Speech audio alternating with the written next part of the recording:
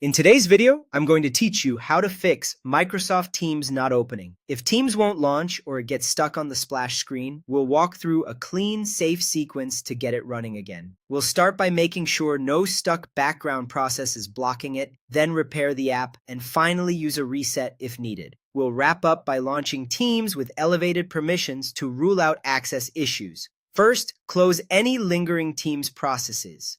Press Ctrl, Shift and S key together to open Task Manager. You can also right-click an empty area of your taskbar and choose Task Manager. In the Processes tab, look for anything named Microsoft Teams. You might see more than one entry. Right-click each Teams process and select End Task. This clears out anything frozen in the background. When you're done, close Task Manager and try opening Teams again. If it still doesn't open, continue with the next part. Open Windows Settings. A quick way is pressing the Windows key and the letter I. In Settings, select Apps, then choose Installed Apps. This is where Windows lists all your installed programs, and it's the easiest place to manage app-specific fixes. Scroll down or use the search box to find Microsoft Teams. Click the three dots next to it and choose Advanced Options. This page gives you tools to repair or reset the app without fully reinstalling it. Start with Repair.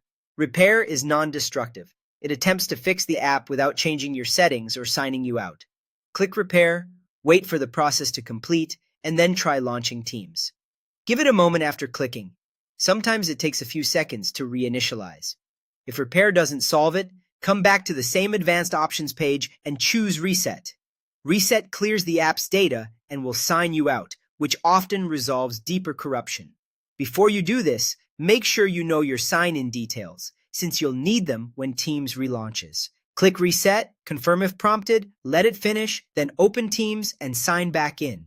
Finally, if Teams still hesitates, try running it with elevated permissions. On your desktop, right-click the Teams shortcut and select Run as Administrator. This can bypass file or permission conflicts that stop the app from starting.